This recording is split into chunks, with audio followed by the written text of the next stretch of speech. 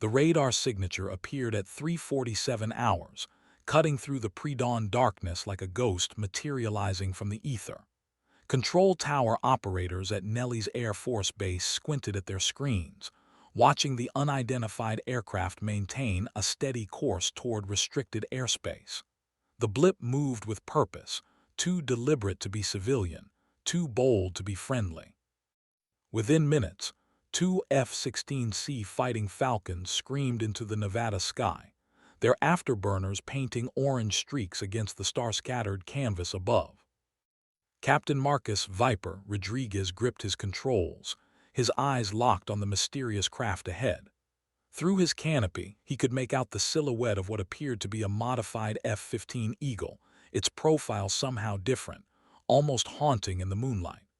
The aircraft flew alone, maintaining perfect formation with invisible wingmen, its movements precise yet melancholic. Unidentified aircraft, this is Viper 11, Rodriguez transmitted over the emergency frequency. You are entering restricted airspace. Identify yourself immediately and alter course to heading 270. Silence stretched across the radio waves like a held breath. The mysterious pilot continued forward, unwavering in her path. Rodriguez's wingman, Lieutenant Tommy "Flash" Nakamura, pulled alongside, both F-16s now flanking the intruder. Up close, they could see the Eagle's weathered paint job, its serial numbers barely visible under layers of desert dust and time. "Viper 11, this is Ghost Rider," came a voice finally, low and steady, unmistakably female. "I'm coming home." Rodriguez frowned. Ghost Rider wasn't a call sign he recognized from any active squadron. The voice carried weight, like stones dropped into still water, rippling with something he couldn't quite place. Authority mixed with exhaustion, command tempered by loss. "Ghost Rider, you're not cleared for this airspace. State your intentions and origin." Another pause. The F-15 maintained its heading, steady as a compass needle pointing north. Rodriguez noticed something else now, the way the aircraft held position, leaving space on either side as if accommodating phantom escorts. The formation was perfect, mathematically precise, but heartbreakingly empty. "I'm flying them home, Viper," the woman's voice crackled through static. "All of them." The words sent a chill through Rodriguez that had nothing to do with altitude. He'd heard stories, whispered in ready rooms and recounted over beers in officer clubs. Tales of pilots who never truly landed, who carried ghosts in their cockpits and memories in their wings. But those were legends, weren't they? Stories told to rookies to keep them humble, to remind them that the sky demanded respect and sometimes claimed its due. As the three aircraft continued their strange procession through the desert night, Rodriguez couldn't shake the feeling that he was witnessing something sacred, something that transcended normal military protocol. The woman flying that Eagle wasn't just another pilot. She was a keeper of secrets, a guardian of the fallen, someone who understood the true weight of wings. Major Elena, Ghost Rider, Vasquez had been flying for 16 years, though officially she'd been dead for 3. The confusion wasn't unusual in military bureaucracy, where paperwork moved slower than sound and records often contradicted reality. What was unusual was how she'd earned that contradiction, and why she'd chosen this particular night to resolve it. Her F-15E Strike Eagle, tail number 910304, had been her mount through 2 tours in Afghanistan, 1 in Iraq, and countless classified missions that existed only in redacted files. The aircraft bore scars from surface-to-air missiles, small arms fire, and the relentless erosion of desert sand. Each mark told a story. Each dent held a memory of friends who'd flown beside her into hostile skis and never returned. The widow's formation she now flew wasn't taught in any manual or practiced at any air show. It was something she discovered during her darkest hour, 3 years ago in the mountains of Afghanistan, when her entire squadron had been lost in a single, catastrophic mission. She'd been the sole survivor, returning alone to a base that felt emptier than the void between stars. "Ghost Rider, this is Nellie's tower," came the voice of Senior Master Sergeant Patricia Williams, the night controller who'd seen 30 years of strange arrivals and departures. "We show you inbound on an unauthorized flight plan. Are you declaring an emergency?" Vasquez smiled grimly into her oxygen mask. Emergency seemed too small a word for what had brought her here. "Negative, Tower. No emergency, just overdue." Rodriguez's F-16 held steady beside her, his wingtip barely 20 feet from hers. She could see his helmet turning, trying to get a better look at her cockpit, probably wondering who she was and how she'd acquired such an obvious museum piece. The Strike Eagle was 2 generations behind current frontline fighters, its avionics upgraded through necessity rather than design, its airframe pushed far beyond recommended service life. "Viper 1-1, this is Ghost Rider," she transmitted directly to the intercepting pilot. "How long have you been flying F-16s? Rodriguez hesitated. It wasn't standard intercept protocol, but nothing about this encounter felt standard. "For years, ma'am." "And you, Flash?" she asked, somehow knowing his wingman's call sign without introduction. 18 months, Nakamura replied, his voice tight with confusion. Vasquez nodded to herself. Young pilots, probably good ones, but they'd never known the weight of leading others into darkness with no guarantee of bringing them back. They'd never felt the specific silence that followed a wingman's final transmission, or learned to count ghosts instead of confirmed kills. "Then you haven't earned the right to question where I'm going," she said softly, not unkindly. "But stick around, boys. You might learn something tonight." The 3 aircraft continued their approach toward Nellie's, the F-16s maintaining loose escort positions while Vasquez held her precise, empty formation. Below them, the Nevada desert stretched endlessly, its ancient stones keeping secrets older than flight itself. As they descended through 10,000 feet, the first hints of dawn began to paint the eastern horizon. The sky lightened from black to deep purple, revealing the massive sprawl of Nellie's Air Force Base ahead.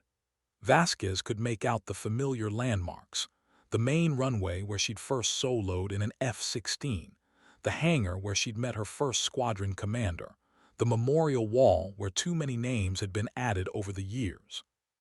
Rodriguez couldn't shake his growing unease.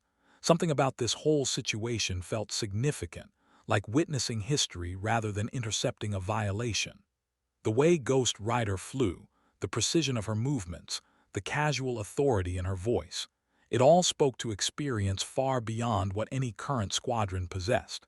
He'd never heard her call sign before, but it carried weight that made him reluctant to challenge her further. "Nellie's tower, this is Viper 1-1, he transmitted, requesting permission to escort inbound aircraft to parking. "Negative, Viper 1-1, came Williams's reply. "We have no record of any authorized aircraft matching that description.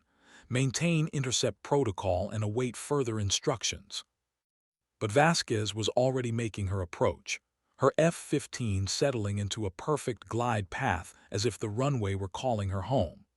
The Strike Eagle's engines sang their familiar song, a deeper note than the F-16's higher whine, like a voice that had seen more and carried the weight of that seeing. "Tower, this is Ghost Rider requesting permission to land," she transmitted calmly. "I have the runway in sight, winds are light and variable, and I'm coming home whether you're ready or not." The silence that followed wasn't empty. It was full of decisions being made at levels far above a senior master sergeant's pay grade. Rodriguez watched Vasquez's approach with growing admiration. Her technique was flawless, old-school precise, the kind of flying that came from thousands of hours in actual combat rather than simulators and training exercises. As her main gear touched down and her drag chute deployed, painting a perfect white blossom behind her aircraft, Rodriguez realized he was witnessing something that would be talked about in ready rooms for years to come. The question was whether anyone would believe it. The F-15 taxied off the active runway with the confidence of someone who knew exactly where she was going. Vasquez guided her aircraft toward the transient parking area, past rows of modern fighters that looked sleek and deadly, but somehow less weathered, less honest than her battle-scarred Eagle. Ground crews scrambled to marshal her to a parking spot, their orange wands dancing in the growing daylight. Rodriguez and Nakamura landed behind her, their F-16s touching down with the eager enthusiasm of pilots still learning their craft. As they taxied to their squadron's ramp, both men kept glancing toward the mysterious arrival, wondering who would climb out of that cockpit and what story they would tell. Vasquez shut down her engines and sat in the sudden silence, her hands still gripping the stick and throttles. The quiet felt heavy, weighted with the absence of voices that should have been calling out their own successful landings. For 3 years, she'd carried those voices with her, had flown their formation positions in memory of missions they'd never complete. The canopy rose with a pneumatic hiss, and cool desert air rushed in to replace the recycled atmosphere of her cockpit. Vasquez pulled off her helmet, revealing close-cropped dark hair threaded with premature silver and dark eyes that had seen too much. She was 34 years old but looked both younger and older, as if time itself couldn't quite decide how to mark her. Ground crew members approached her aircraft with the professional caution of people who'd learned not to ask too many questions about unusual arrivals. The crew chief, Master Sergeant Diana Foster, had been working the flight line for 15 years and recognized the signs of an aircraft that had been places and done things that didn't appear in official logs. "Welcome to Nellie's, ma'am," Foster said as Vasquez climbed down from the cockpit. "Hell of a bird you've got there." Vasquez patted the Strike Eagle's scarred nose cone affectionately. "She's been good to me, brought me back more times than I probably deserved." Foster nodded, understanding passing between them without words. Both women knew that survival in military aviation was equal parts skill, luck, and the inexplicable bond between pilot and machine. Some aircraft seemed blessed, others cursed, and a rare few carried something indefinable that kept their crews alive when statistics said they should have been lost. As Vasquez walked away from her aircraft, she could feel eyes tracking her movement. Word would already be spreading through the base: mysterious arrival, unknown call sign, aircraft that looked like it had flown through hell and somehow made it back. By evening, the story would be embellished beyond recognition, but for now, it was just a woman and her memories, walking across concrete that held the echoes of 1,000 other landings. Behind her, the F-15's engines ticked and pinged as they cooled, settling into silence like an old warrior finally allowed to rest. The aircraft had brought her where she needed to be, had carried her ghosts across the desert one final time. Now it was time to face the living and explain why Elena Vasquez, officially killed in action 3 years ago, had chosen this morning to return from the dead. The base commander's office at Nellie's had seen its share of unusual situations over the decades. Brigadier General Patricia Ice Caldwell had dealt with test pilots pushing experimental aircraft beyond their limits, intelligence officers with stories that couldn't be told, and politicians who wanted to understand why their weapon systems cost so much and killed so efficiently. But she'd never had to interview a dead woman who just landed uninvited on her runway. Vasquez sat across from the general's desk, still wearing her flight suit, the fabric faded from repeated washings and marked with patches from squadrons that no longer existed. Her posture was relaxed but alert, the bearing of someone comfortable with authority but not intimidated by it. She'd been waiting for 20 minutes, long enough for Caldwell to make a series of increasingly frantic phone calls to Washington. "Major Elena Vasquez," Caldwell said finally, reading from a file that kept growing thicker with each fax that arrived. "Officially killed in action October 15, 2022, during Operation Silent Thunder. Posthumously awarded the Distinguished Flying Cross, Silver Star, and Purple Heart. Buried with full honors at Arlington National Cemetery."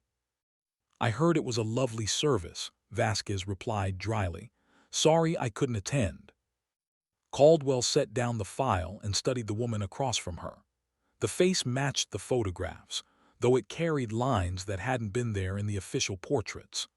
Combat had aged her in ways that showed most clearly in her eyes.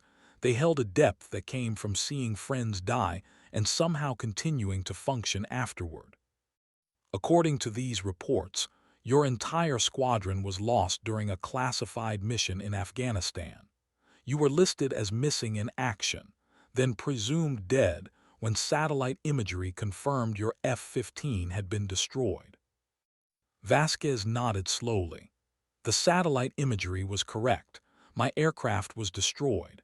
I was presumed dead because that's what everyone needed to believe, including me for a while. The general leaned back in her chair. She'd commanded fighter squadrons before accepting her current position, had lost pilots under her command, and understood the weight that survivors carried. The woman sitting across from her bore that weight visibly, wore it like armor that had been tested too many times. Major, I need to understand what happened that night. The mission reports are so heavily classified that even I don't have complete access. What I do know is that 12 aircraft went out and none came back. Until now.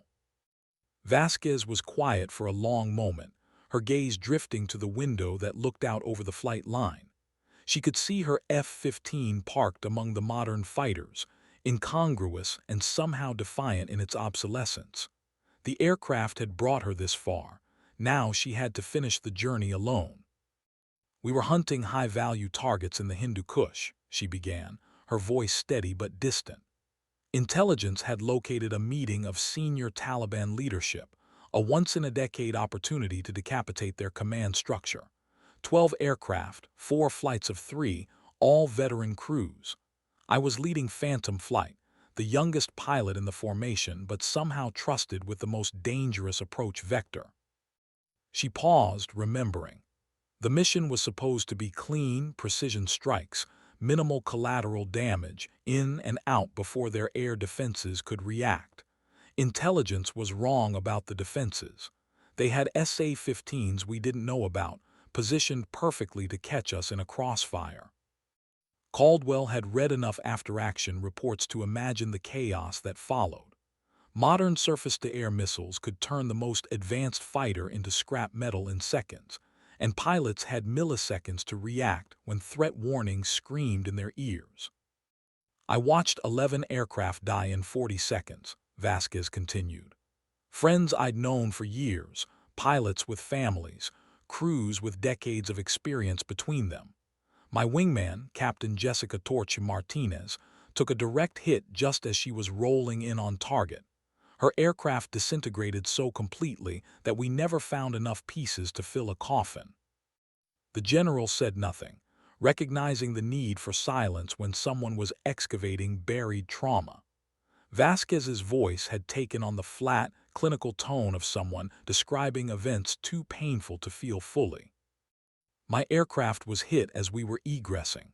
Left engine gone, hydraulics failing, half my control surfaces damaged. I should have ejected, but I was carrying classified equipment that couldn't fall into enemy hands.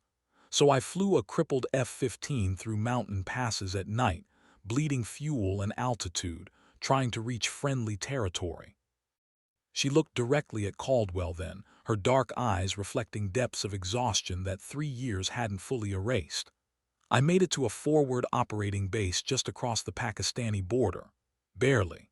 The aircraft was a total loss, broke apart on landing, burned for 6 hours. The base commander took one look at the wreckage and declared me KIA.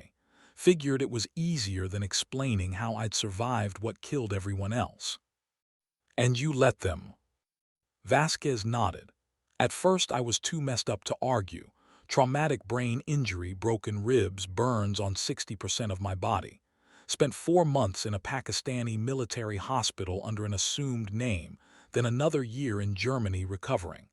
By the time I was functional again, Elena Vasquez was officially dead and buried. It seemed appropriate. Caldwell began to understand.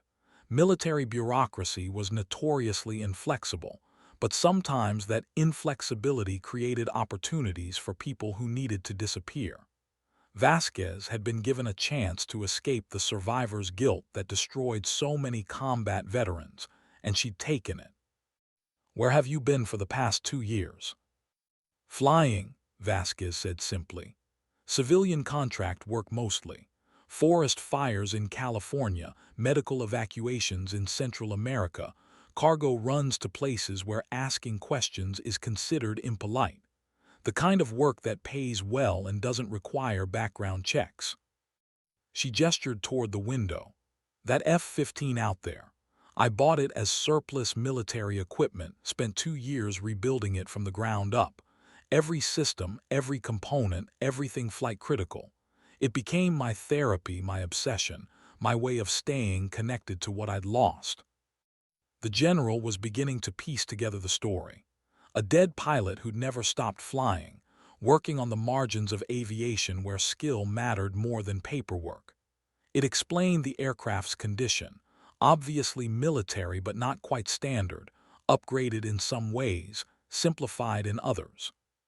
"Why come back now? Why reveal yourself?" Vasquez was quiet again, and when she spoke, her voice carried a weight that made the general lean forward. "Because they deserved better than to be forgotten. 11 pilots and weapon systems operators, the best aviators I've ever known, reduced to classified casualty reports that no one will ever read. Their families were told they died in a training accident. Their real courage, their sacrifice, their final moments, all of it buried under classifications and need-to-know restrictions." She stood and walked to the window, looking out at the flight line where young pilots were conducting pre-flight inspections on fighters that would carry them into harm's way. Some of them would come back, others wouldn't, and a few might survive in ways that officially counted as death. "I've been flying their formation for 3 years, General.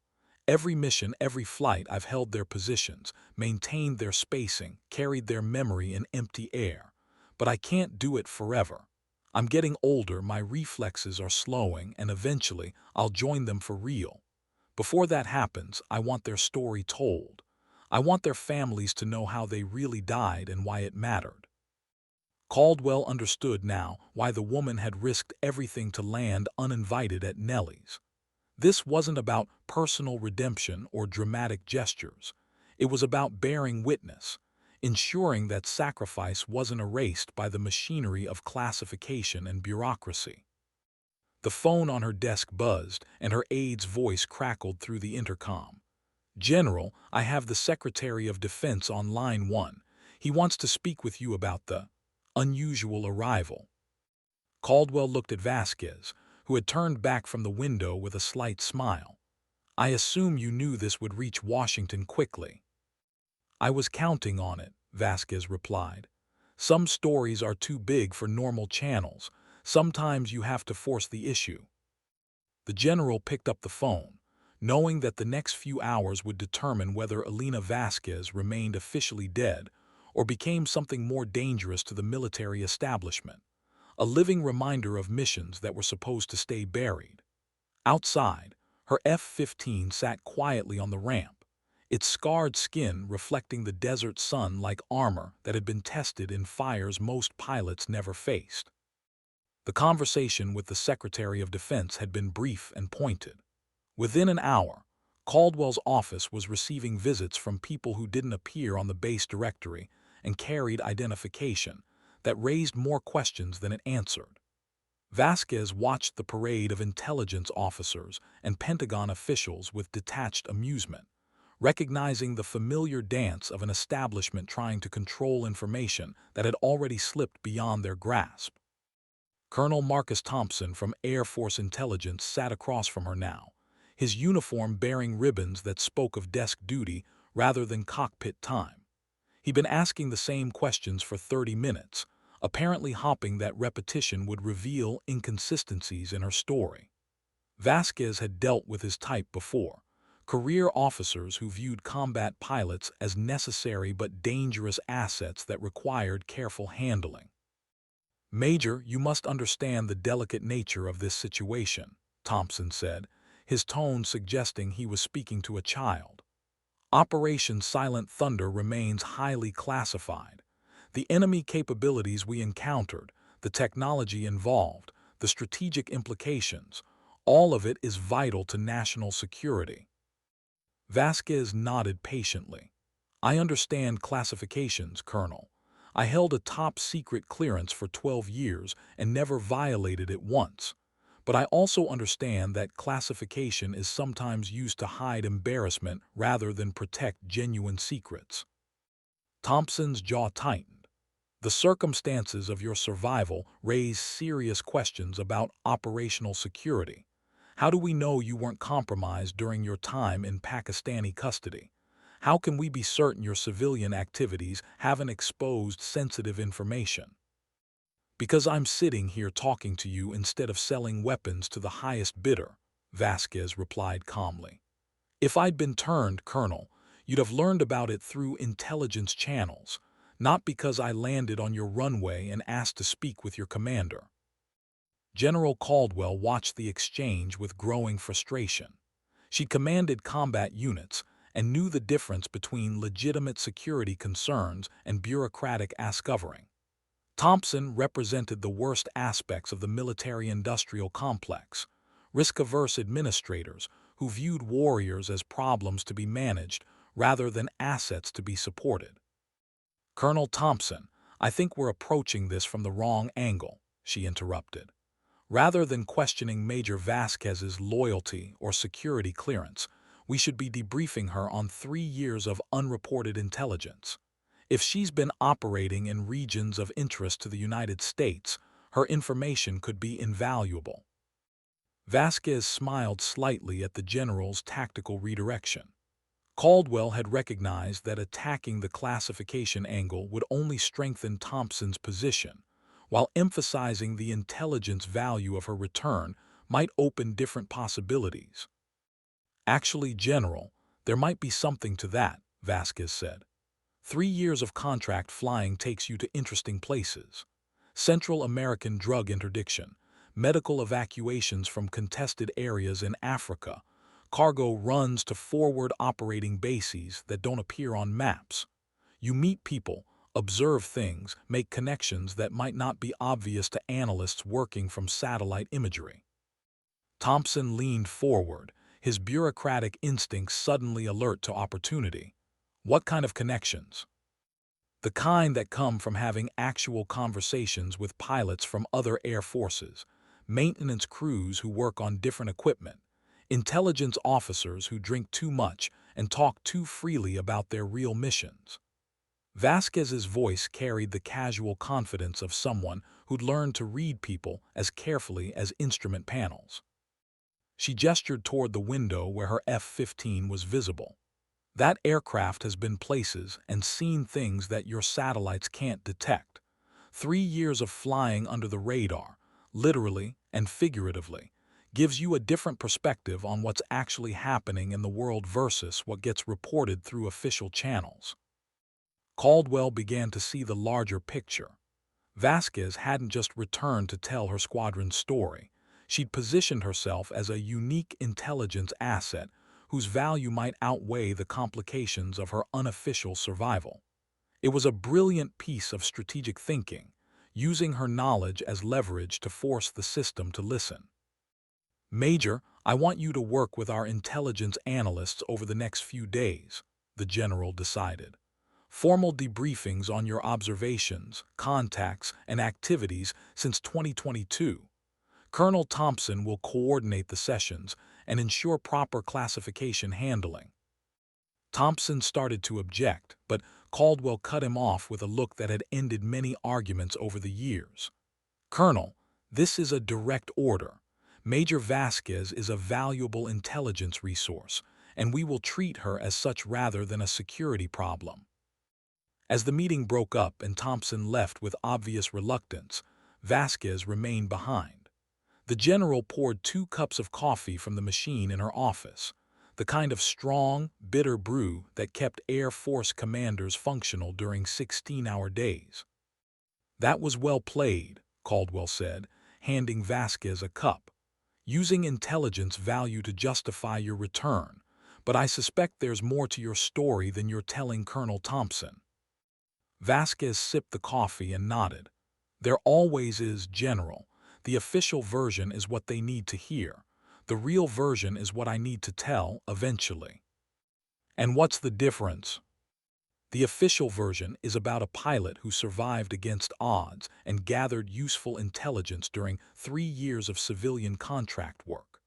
The real version is about a woman who's been carrying 11 ghosts across the sky, trying to find a way to set them down without dishonoring their memory." Caldwell studied her guest carefully.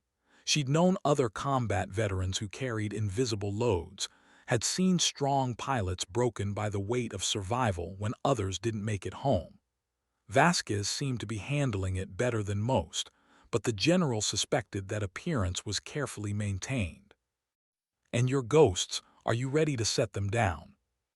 Vasquez looked out at the flight line, where young pilots were climbing into aircraft that would carry them toward dangers they couldn't fully imagine. Some would return with stories to tell. Others would become stories themselves, cautionary tales or inspiration depending on how their missions ended. "I don't know," she admitted. "They've been flying with me for so long, I'm not sure I remember how to fly alone." The general nodded, understanding more than she could express. Command meant making decisions that sent people into harm's way, living with the knowledge that some wouldn't return, carrying the responsibility for their sacrifice while continuing to function. It was a burden that never got lighter, only more familiar. Outside, the sun was setting over the Nevada desert, painting the sky in shades of orange and purple that reminded Vasquez of other sunsets in other places, where she'd watched friends take off for the last time. Tomorrow would bring more questions, more debriefings, more attempts to fit her story into categories that made sense to people who'd never flown alone through hostile airspace. But tonight, for the first time in 3 years, she was sleeping on an American Air Force base, officially alive and officially home. The intelligence debriefings began at 600 the next morning, conducted in a secure conference room deep within Nellie's administrative complex. Vasquez sat across from a team of analysts, intelligence officers, and specialists whose job was to extract every useful detail from her 3 years of civilian contract work. The sessions were professional but intense, with questions that revealed just how much the intelligence community didn't know about what was happening in the world's forgotten corners. Captain Sarah Kim, a young intelligence officer with a doctorate in international relations, led most of the questioning. She approached the task with academic thoroughness, building detailed timelines and cross-referencing Vasquez's observations with existing intelligence reports. Her questions revealed both impressive preparation and the limitations of analysis conducted from air-conditioned offices thousands of miles from actual events. "Your flight logs show 17 missions into the Democratic Republic of Congo between August and October of last year," Kim said, referring to a thick folder of documents. "Can you describe the security situation you observed in the Ituri province?" Vasquez considered the question carefully. The DRC missions had been among her most dangerous civilian contracts, medical evacuations from mining camps that existed in legal gray areas, ferrying doctors and supplies to regions where government control was theoretical at best. "Official reports probably show decreasing violence and improved stability," she began. "The reality on the ground is more complicated. Yes, there are fewer major battles between armed groups, but that's mostly because they've evolved into something more like organized crime syndicates. Instead of controlling territory through violence, they're controlling resources through corruption and selective enforcement." She pulled out a small notebook, one of several she'd filled during her civilian flying years. The pages were filled with observations that would never appear in official reports, conversations with local officials, details about airfield security, notes about which groups controlled which resources. "The Chinese mining operations are the real power brokers," she continued. They provide employment and infrastructure, but they also provide protection through private security contractors. Most of the former militia leaders now work for Chinese companies, using their knowledge of local conditions to secure mining operations. Kim took notes rapidly, occasionally asking for clarification or additional details. The picture Vasquez painted was far more complex than the simplified narratives that reached Washington through official diplomatic channels. Did you observe any military equipment or training that might indicate foreign involvement beyond Chinese economic interests? Russian small arms, definitely. Some of it recent production, still in shipping cosmoline. French military advisors training government forces, though they were trying to keep a low profile.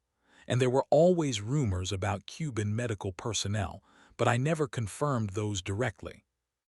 The questioning continued for hours, covering every region where Vasquez had operated. Her observations filled gaps in the intelligence picture, providing ground truth verification for satellite imagery and signals intercepts. But more importantly, her reports revealed the human dimension of conflicts that were often reduced to statistics and strategic assessments. During a break, Colonel Thompson approached her with what might have been intended as a conciliatory gesture. "Major, I want you to know that your cooperation is appreciated. This information will be invaluable for future planning." Vasquez studied him carefully, recognizing the attempt at bureaucratic bridge building. "I'm not doing this for future planning, Colonel. I'm doing it because someone needs to remember what happened to Phantom Flight, and this is the price of admission to that conversation." Thompson's expression hardened.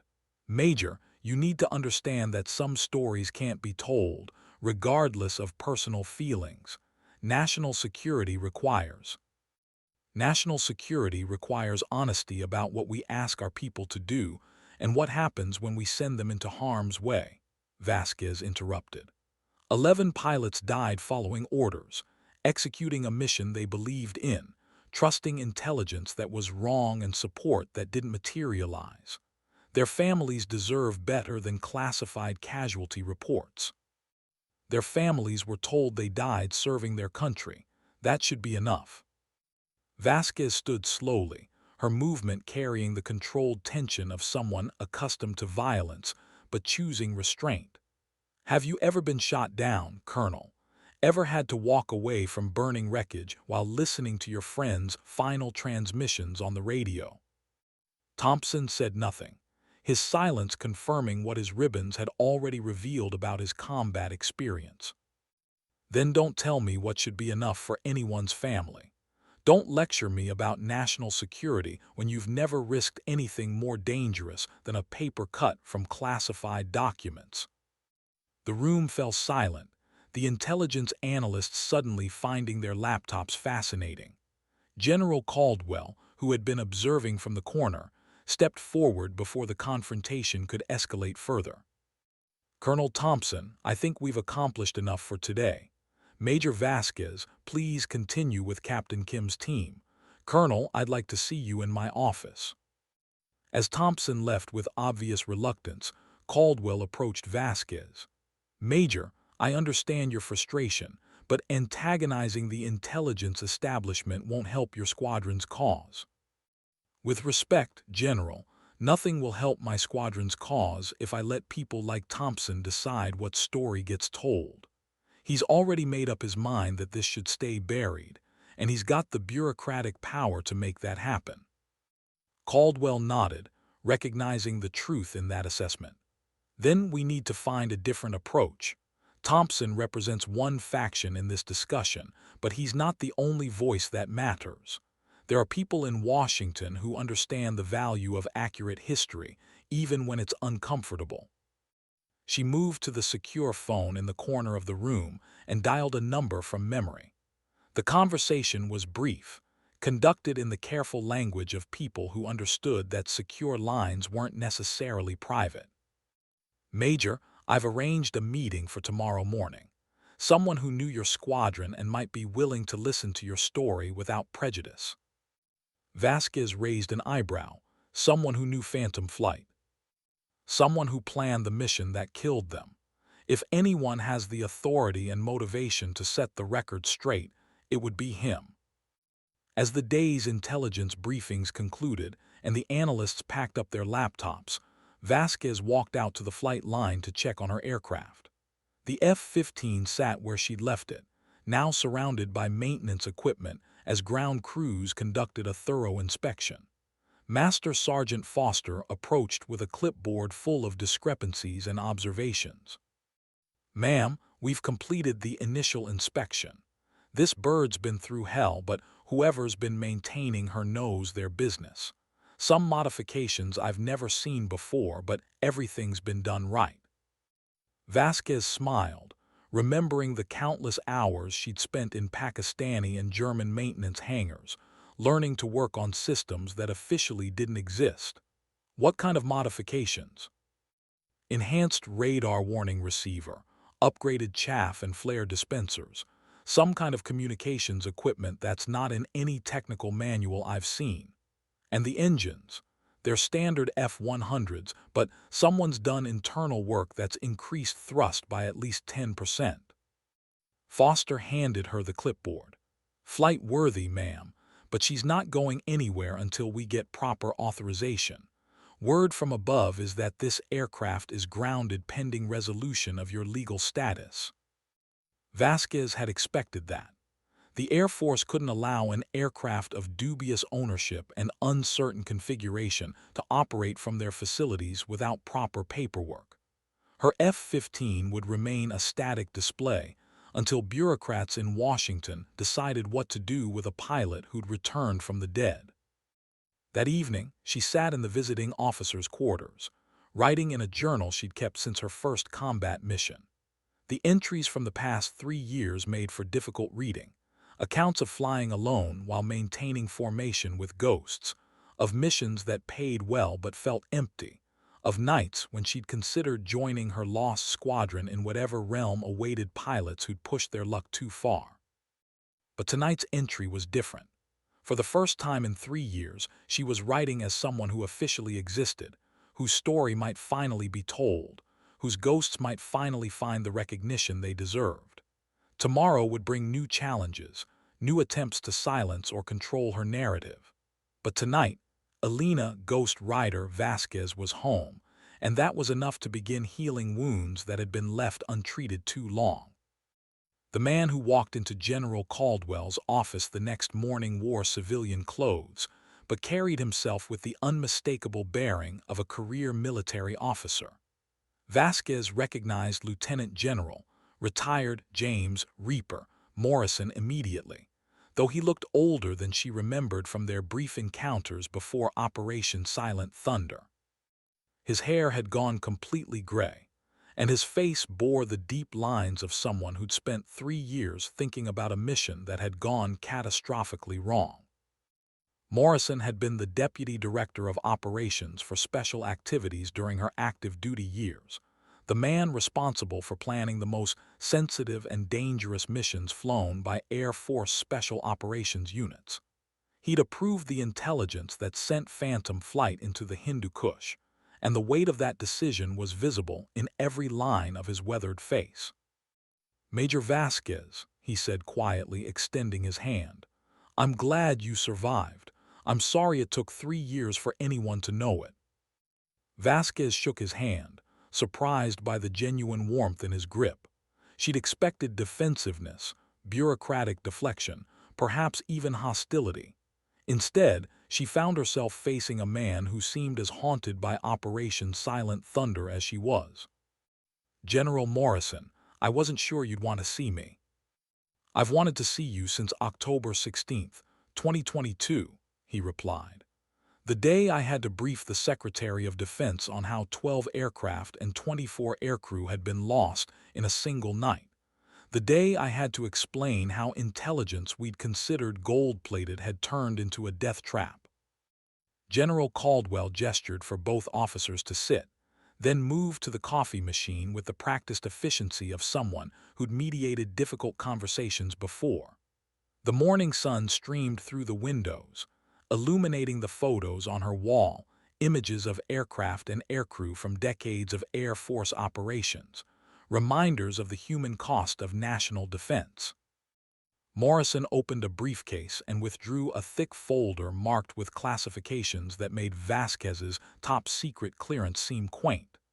Before we discuss anything else, Major, I need you to understand something. The intelligence failure that killed your squadron wasn't random. It wasn't an oversight or communication breakdown. Someone deliberately fed us information designed to get American aircrew killed. Vasquez felt something cold settle in her stomach. She'd always suspected that the mission intelligence had been too perfect, too detailed, too convenient. But the implications of Morrison's statement went far beyond simple intelligence failures. Sir, are you saying we were betrayed? I'm saying that 3 years of investigation have revealed a network of compromised sources and corrupted intelligence streams. Operation Silent Thunder was designed to fail from the beginning. The question is whether it was enemy action or something more complicated. Morrison opened the folder and spread aerial photographs across Caldwell's desk. The images showed the target area from the night of the mission, mountain valleys that should have been lightly defended, but had instead been transformed into killing fields. These photos were taken 6 hours after your mission ended, Morrison continued. Look at the SAM sites. Look at the positioning, the coordination, the way they'd been camouflaged. This wasn't a hasty response to intelligence leaks. This was a carefully planned ambush that had been weeks in preparation. Vasquez studied the photographs with the eye of someone who'd survived what they depicted. The surface-to-air missile batteries were positioned with mathematical precision, creating overlapping fields of fire that would trap any aircraft attempting the approach route specified in the mission briefing. How many people knew our flight paths? That's what we've been trying to determine. The mission was compartmentalized, with different agencies providing different pieces of the intelligence picture. CIA had the target location, NSA provided communications intercepts, DIA handled satellite imagery, and Air Force intelligence coordinated the tactical planning. Morrison pulled out another set of documents, these bearing the distinctive markings of internal investigation reports. What we discovered is that someone with access to the complete mission profile fed that information to hostile forces. Not pieces of it, not fragments. The entire operational plan, down to timing and aircraft assignments. General Caldwell leaned forward, her coffee forgotten. And you believe this was done intentionally to eliminate phantom flight specifically? I believe it was done to eliminate the capabilities that phantom flight represented, Morrison corrected. Your squadron wasn't just 12 aircraft, Major. You were the most experienced deep strike unit in the Air Force, with combat experience in the most challenging environments. The institutional knowledge represented by those 24 aircrew was irreplaceable. Vasquez began to understand the larger picture. Phantom flight hadn't been targeted because of who they were, but because of what they knew, what they could do, what they represented to American air power projection. Someone had recognized their value and decided to eliminate it.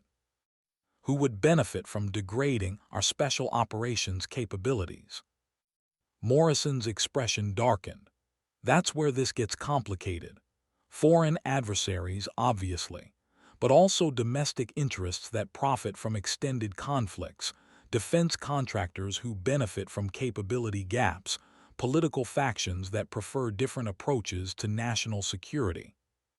He pulled out a final set of documents, these marked with the highest classification levels that Vasquez had ever seen.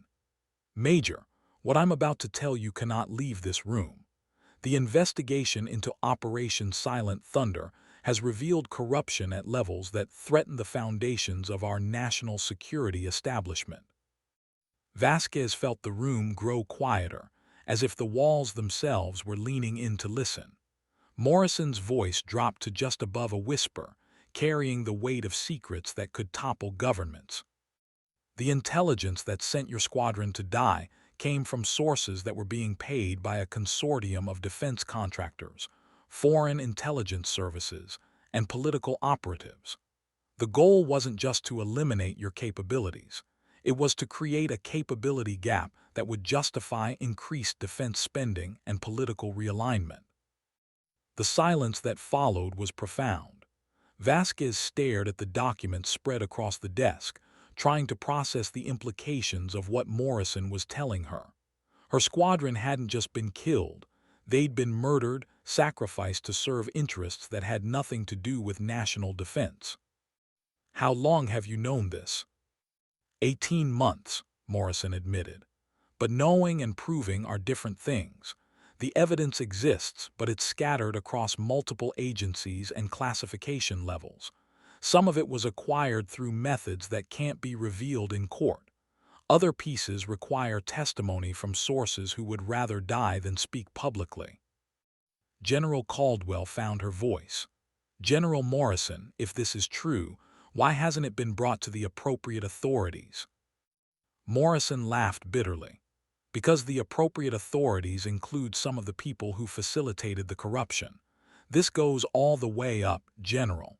Congressional oversight committees, senior Pentagon officials, intelligence agency leadership, all compromised to various degrees." Vasquez stood and walked to the window, needing movement to process what she was hearing. Outside, young pilots were conducting routine training flights, trusting that their missions were legitimate, that their intelligence was accurate, that their commanders had their best interests at heart. They had no idea how thoroughly that trust had been betrayed. "What do you want from me, General?"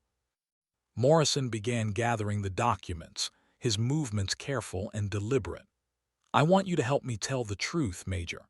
Your survival gives us something we've never had before, a witness who was there, who can speak with authority about what really happened that night. And what happens to the people responsible? That depends on how much courage we can find in the remaining honest corners of our government. Your story, properly told, could provide the catalyst for investigations that have been stalled by political considerations." Vasquez turned back to face the two generals, her decision already made. "What do you need me to do?" Morrison smiled for the first time since entering the room. "We need you to be Elena Vasquez again. Officially, publicly, undeniably. We need you to tell your story in venues where it can't be classified or suppressed, and we need you to be prepared for the consequences." "What kind of consequences?" "The kind that come when you threaten powerful people with the truth. The investigation into Operation Silent Thunder has already cost 3 careers and 1 life. The people responsible for killing your squadron won't hesitate to finish the job if they feel threatened." General Caldwell stood, her command authority asserting itself. "General Morrison, if Major Vasquez is in danger, she needs protection. This base can provide security, but only if she remains here." "She can't remain here," Morrison replied. "The story needs to be told in Washington, in venues where the media and Congress can't ignore it.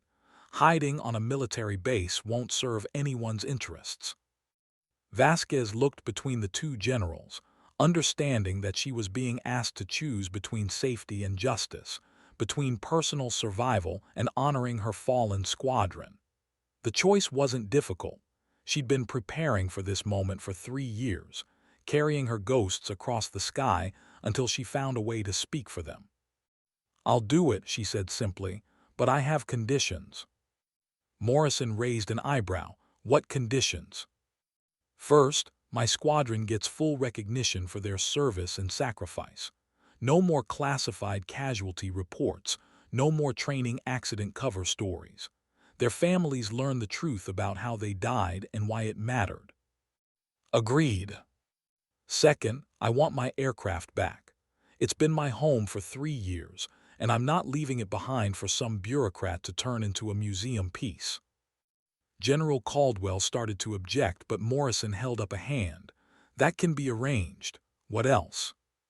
"Third, when this is over, when the truth is told and the responsible parties are held accountable, I want to disappear again. Elena Vasquez gets to die a second time, and someone else gets to live whatever life remains. Morrison studied her carefully, recognizing the exhaustion beneath her determined exterior.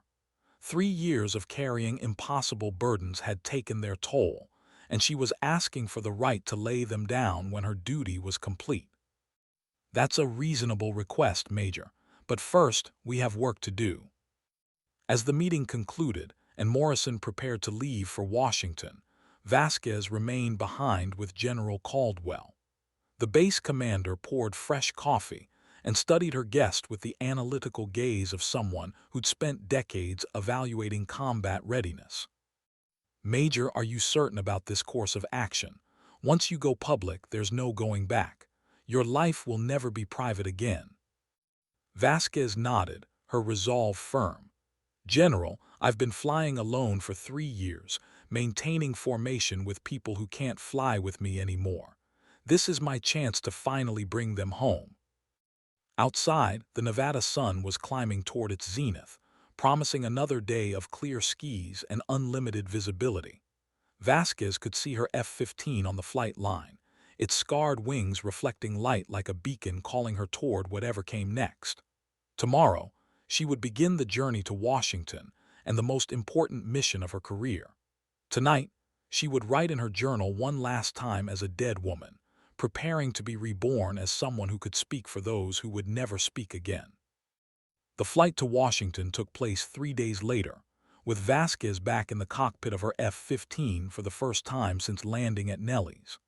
The bureaucratic machinery had ground through its processes with surprising efficiency, producing flight authorizations, diplomatic clearances, and security protocols that allowed a dead pilot to fly a surplus aircraft into the most restricted airspace in the world. General Morrison had coordinated the logistics from his end, calling in favors accumulated over 30 years of military service.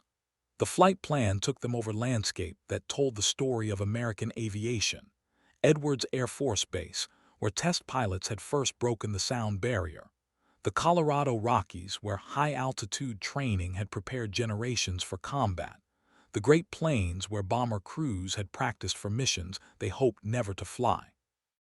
Vasquez flew alone, but for the first time in 3 years, she wasn't maintaining empty formation positions. Today, she was simply a pilot moving from one place to another, carrying a story that needed to be told rather than ghosts that needed to be honored. The difference was subtle but profound, a shift from preservation to purpose that felt like emerging from a long, dark tunnel into daylight. Her radio crackled with the voice of Washington Approach Control, guiding her through airspace that simultaneously housed the instruments of democracy and the machinery of war. Below, she could see the Capitol dome gleaming in afternoon sunshine, the White House lawn where presidents made decisions that sent people like her into harm's way, the Pentagon where planners moved aircraft and personnel like pieces on a global chessboard. Ghost Rider, contact Andrews Tower on 118.4. You're cleared for the VIP approach, runway 1 left. Vasquez switched frequencies, checking in with controllers who'd been briefed on her unusual status. Andrews Air Force Base served as the gateway for high-level visitors, foreign dignitaries, and military personnel whose missions required discretion. Her arrival would be noted but not publicized, recorded but not announced. The landing was smooth, professional, unremarkable except for the aircraft itself. Ground crews directed her to a hangar normally reserved for visiting foreign military aircraft, where her F-15 would be secure from casual observation. As she shut down the engines and went through her post-flight checklist, Vasquez reflected on how many times she'd performed these same actions in places where discovery meant death. Morrison was waiting as she climbed down from the cockpit, accompanied by a woman in civilian clothes whose bearing suggested law enforcement or intelligence background. The hangar was mostly empty, except for a few maintenance personnel, who seemed more interested in their work than in any unusual arrivals.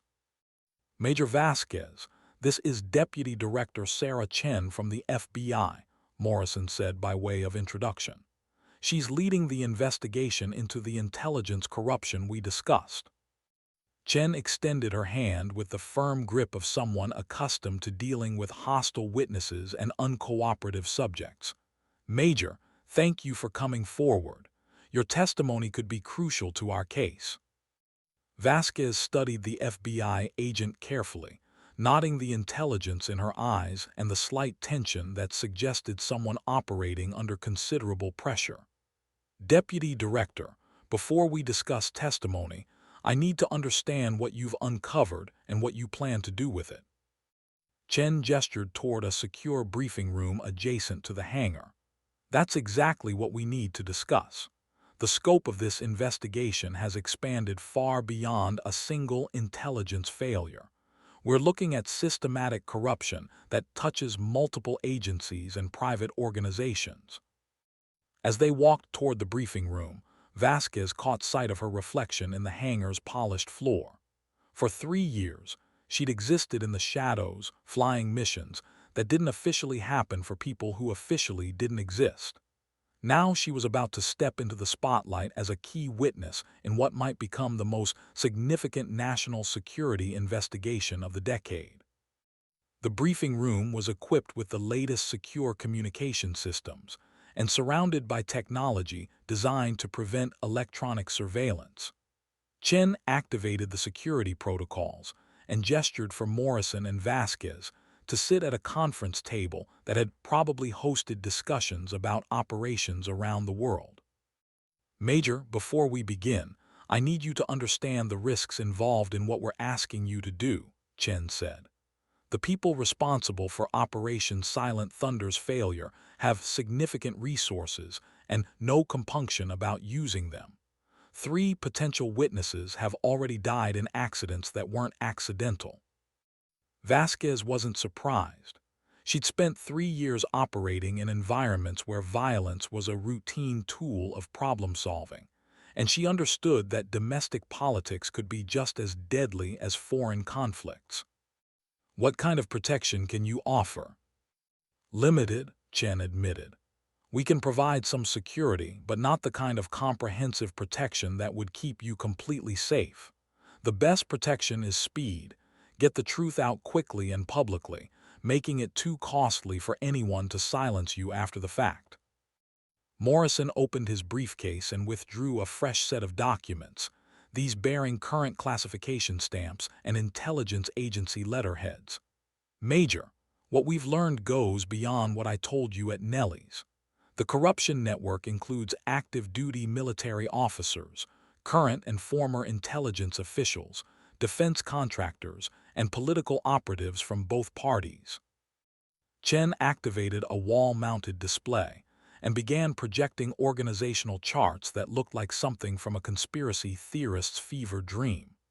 Names, organizations, and financial relationships were connected by lines that created a web of corruption spanning multiple industries and government agencies. The conspiracy that killed your squadron was conceived in 2021 as part of a broader plan to manipulate defense spending and foreign policy, Chen explained. Eliminating experienced special operations capabilities would create justification for increased investment in specific weapon systems and private military contractors. Vasquez studied the charts, recognizing some names from her active duty years.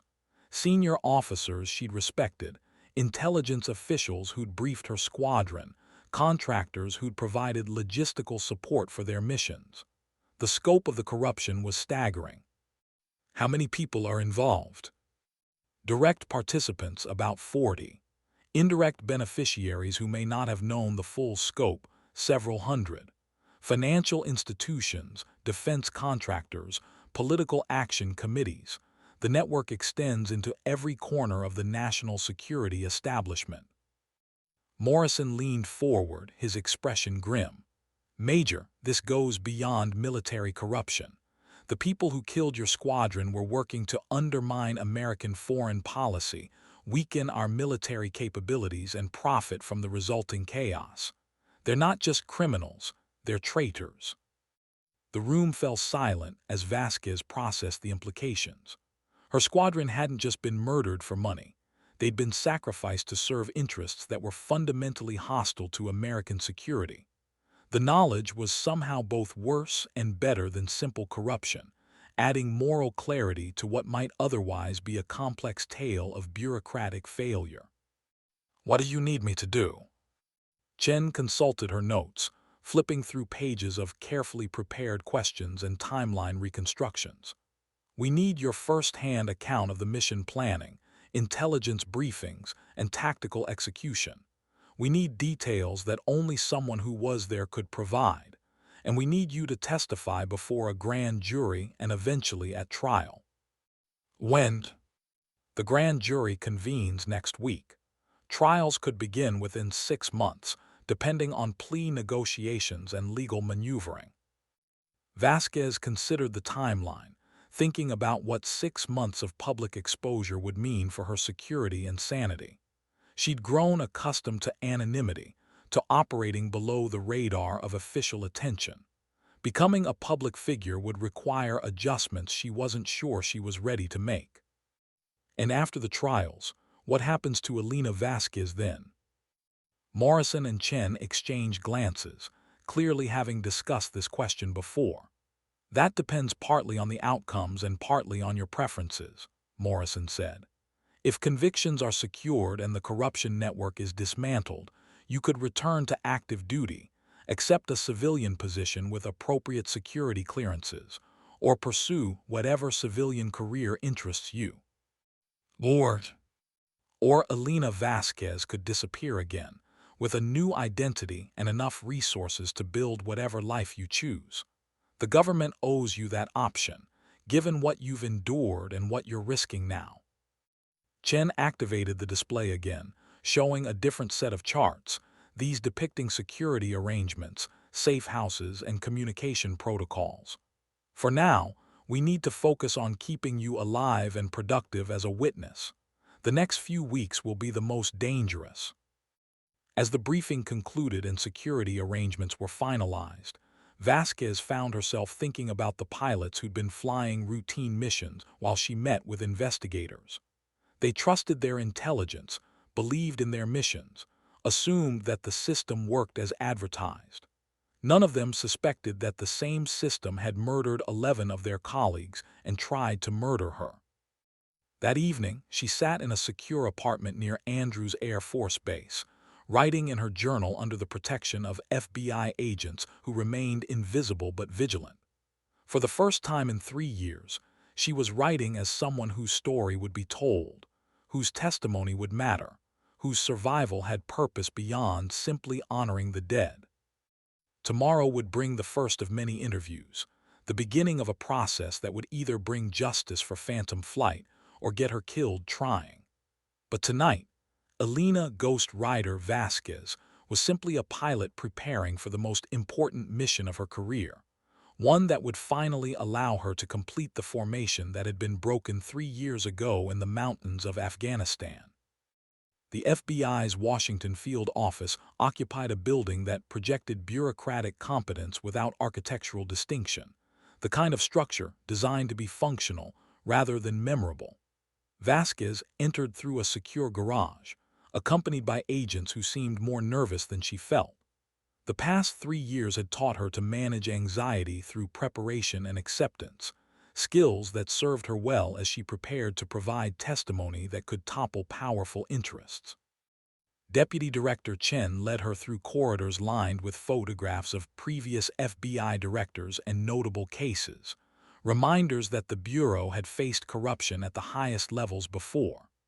The conference room where they would conduct the formal interview was equipped with recording equipment, court stenography systems, and secure communication links to field offices around the world. "Major, before we begin recording, I want you to understand the scope of what we're asking," Chen said, settling into her chair across from Vasquez. "Your testimony will be used to support search warrants, arrest warrants, and eventual prosecution of individuals at the highest levels of government and industry." Vasquez nodded, having spent the night reviewing documents and refreshing her memory of events she tried to forget. "I understand the stakes, Deputy Director. What I need to understand is your commitment to seeing this through regardless of political pressure." Chen's expression hardened with determination. "Major, 3 FBI agents have worked this case full-time for 18 months. We've documented financial transfers, intercepted communications, and gathered evidence from sources that risked their lives to provide it. We're not backing down now." The interview began with basic biographical information: Vasquez's military service, training, and assignment to Phantom Flight. The questions were methodical and thorough, establishing her credibility as a witness while building a foundation for more sensitive topics. Chen occasionally consulted notes provided by military intelligence analysts, ensuring that no detail was overlooked. "Let's discuss the mission briefing for Operation Silent Thunder," Chen said, activating the recording equipment. "Who conducted the briefing, what information was provided, and what concerns were raised by squadron personnel?" Vasquez closed her eyes briefly, allowing herself to remember that final briefing in painful detail. The conference room at Bagram Air Base, the intelligence officers with their confident predictions, the pilots asking technical questions about surface-to-air missile threats that would prove prophetically accurate. The briefing was conducted by Colonel Michael Harrison from Air Force Intelligence, Major Patricia Wells from CIA, and a civilian contractor named David Carpenter, whose organization wasn't clearly identified. Vasquez began. They presented the mission as a high-confidence target with minimal defensive capabilities. She paused, remembering the specific details that had seemed too good to be true. The intelligence was unusually complete: exact building layouts, guard positions, communication frequencies, even the personal schedules of target individuals. In my experience, that level of detail usually indicates either exceptional intelligence gathering or deliberate deception. Chen made notes while maintaining eye contact, her expression encouraging continued testimony. "Did any squadron members express concerns about the intelligence quality?" Captain Martinez, my wingman, questioned the SAM threat assessment. "The intelligence indicated minimal surface-to-air missile capability, but satellite imagery showed unusual construction activity that could have indicated defensive installations." Colonel Harrison dismissed her concerns as excessive caution.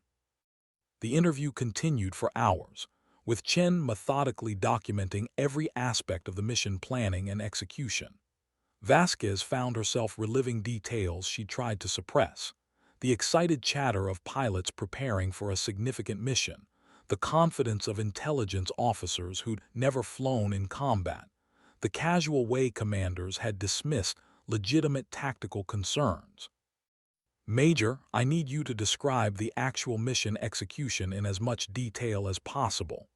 Timeline, communications, tactical decisions, and the sequence of events that led to the squadron's loss." Vasquez took a deep breath, preparing to revisit the most traumatic 40 minutes of her life. The memories came back with painful clarity: radio transmissions that grew increasingly desperate, the sight of aircraft exploding in sequence, the realization that they'd flown into a carefully prepared trap. "We approached the target area at 3:47 local time, flying in 4 separate flights to minimize detection probability. Phantom Flight was assigned the northern approach, which should have been the safest vector according to intelligence assessments." She paused, seeing again the landscape that had become a killing field. The SAM sites opened fire simultaneously at 3:49, indicating coordinated command and control that hadn't appeared in any intelligence briefing. The missile launches were perfectly timed to catch each flight at its most vulnerable point during the attack run. Chen leaned forward, recognizing the crucial details that would prove premeditation. "Major, in your professional opinion, could the enemy have achieved that level of coordination without advanced knowledge of your flight plans?" "Absolutely not. The timing, positioning, and coordination required detailed knowledge of our approach routes, attack sequences, and egress plans. Someone with access to our complete mission profile provided that information to hostile forces. The formal interview concluded as afternoon shadows stretched across Washington, but Chen indicated they would need additional sessions to cover all relevant topics. Vasquez felt drained but relieved, having finally provided official testimony about events that had haunted her for 3 years. As they prepared to leave the field office, Chen's phone buzzed with an urgent message. Her expression darkened as she read the text, and she immediately activated security protocols that brought additional agents into the corridor. "Major, we need to get you back to the safe house immediately. Intelligence indicates that your presence in Washington has been detected, and there may be active threats against your safety." Vasquez wasn't surprised. The people who'd killed her squadron wouldn't hesitate to eliminate a witness who threatened their freedom. She'd been expecting retaliation since agreeing to testify, and her 3 years of civilian flying had taught her to prepare for violence while hopping to avoid it. The drive back to Andrews Air Force Base took place under heavy security, with FBI agents coordinating movement through routes that had been cleared by advance teams. Vasquez watched the Washington skyline through bulletproof glass, wondering if she would live long enough to see justice for phantom flight, or if she would simply become another casualty of the corruption that had already claimed too many lives. That evening, she sat in the secure apartment writing what might be her final journal entry as a living witness.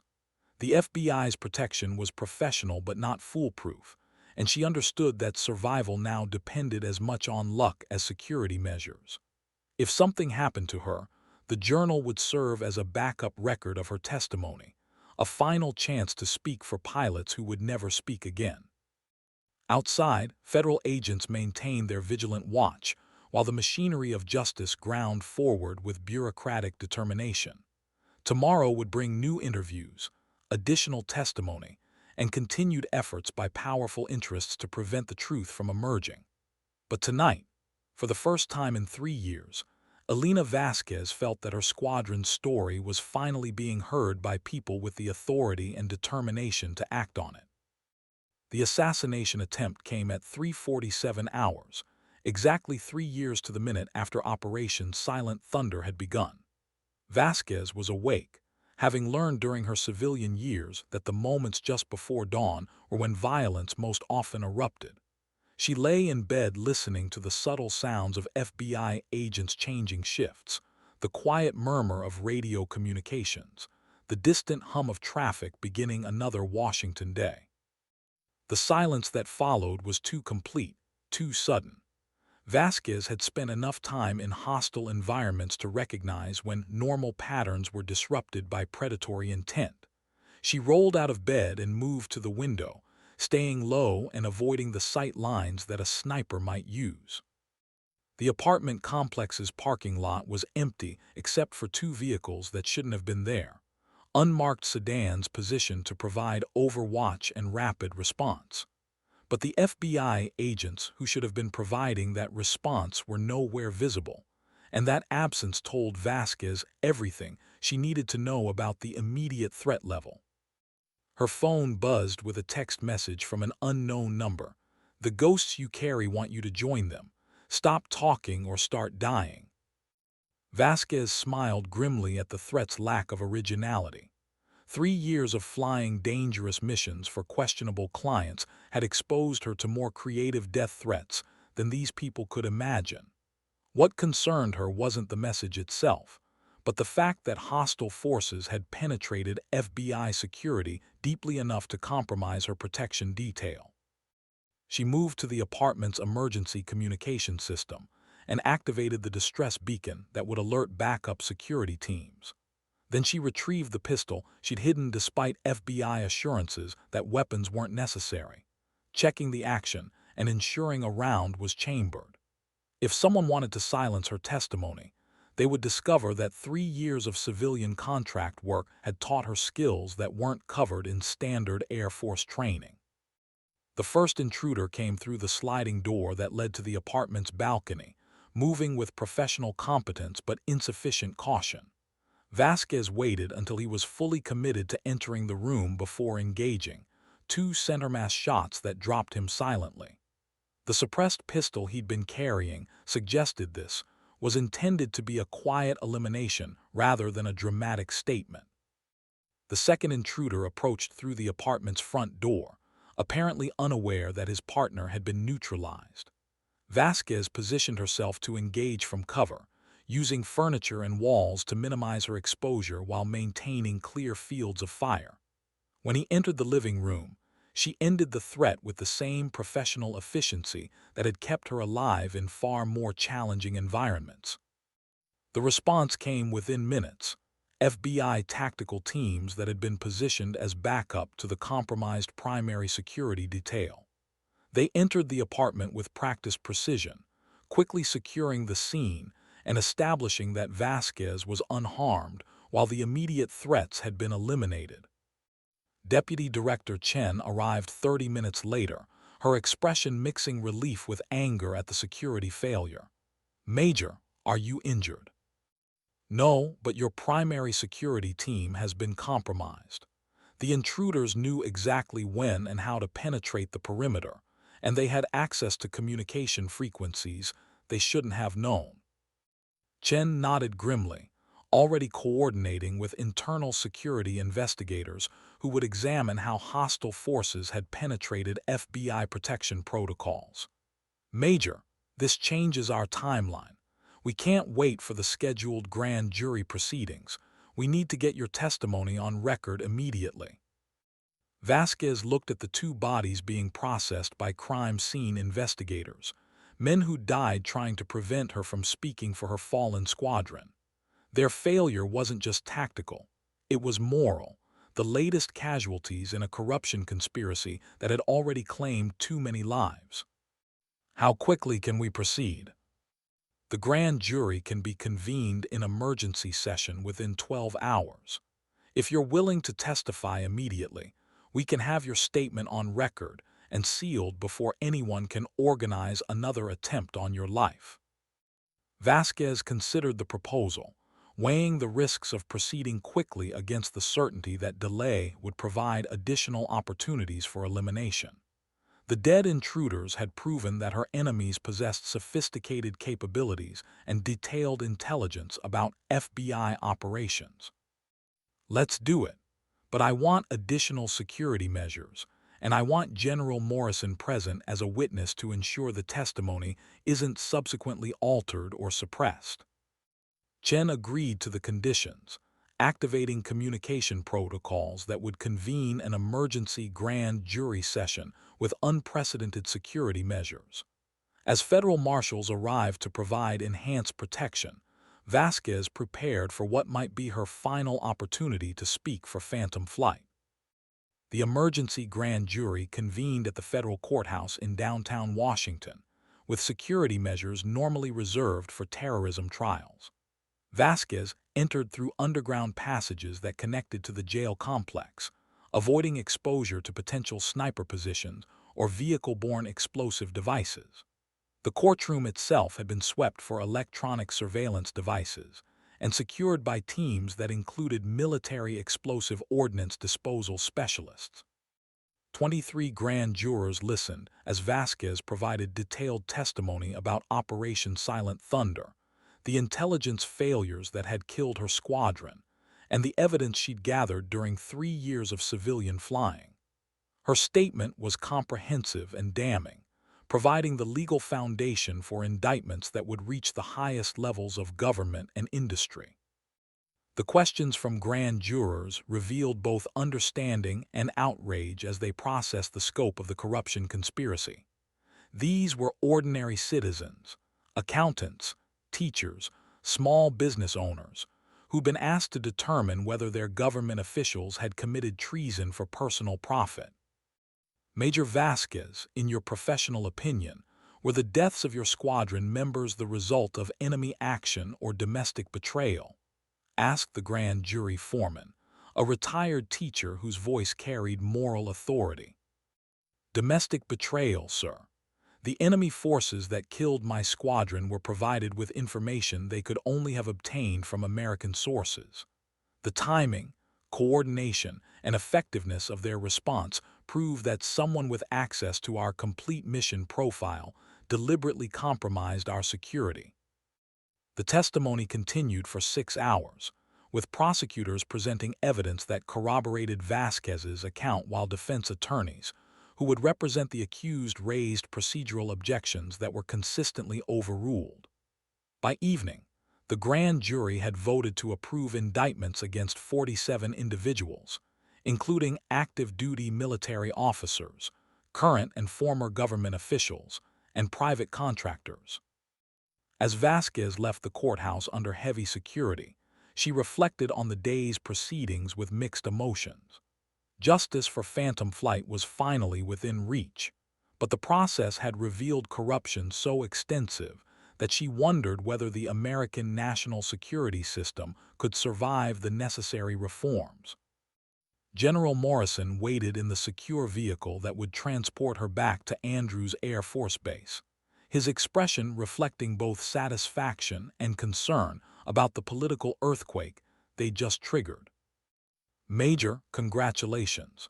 You've just provided testimony that will reshape American national security policy for the next decade. Vasquez settled into the bulletproof sedan, watching Washington's landmarks pass by as federal agents coordinated their route through radio communications that couldn't be intercepted. General, I just want my squadron's story told truthfully. Everything else is politics. Unfortunately, Major, everything in Washington becomes politics eventually. The people you've accused have resources, connections, and motivations that won't disappear because of grand jury indictments. This fight is just beginning. As their convoy approached Andrews Air Force Base, Vasquez could see her F-15 sitting in the hangar where she'd left it, waiting patiently for whatever mission came next.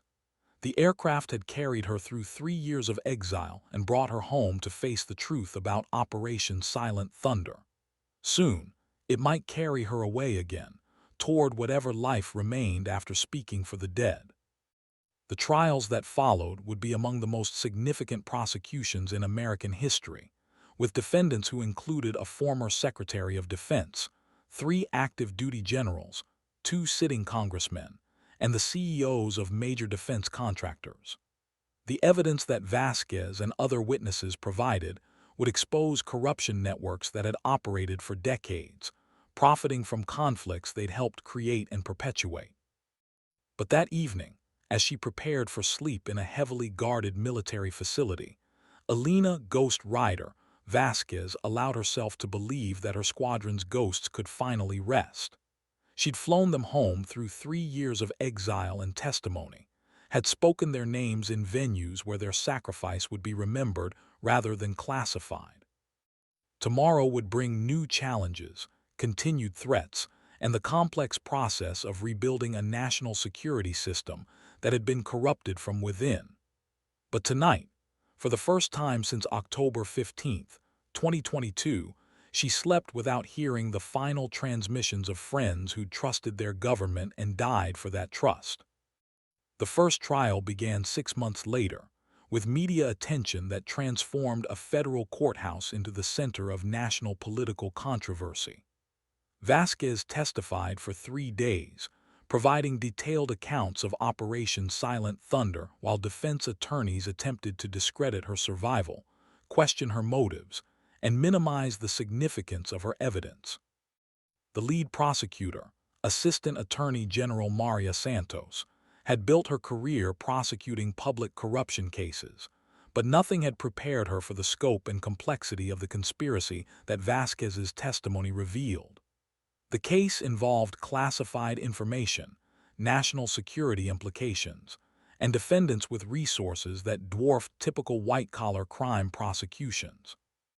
Major Vasquez, please tell the jury about the final radio transmission you heard from Captain Martinez before her aircraft was destroyed, Santos requested, establishing the human cost of the defendant's actions. Vasquez looked directly at the jury, 12 citizens who would decide whether American officials could be held accountable for betraying their own military personnel. Captain Martinez transmitted Ghost Rider, "They're everywhere. Tell my family I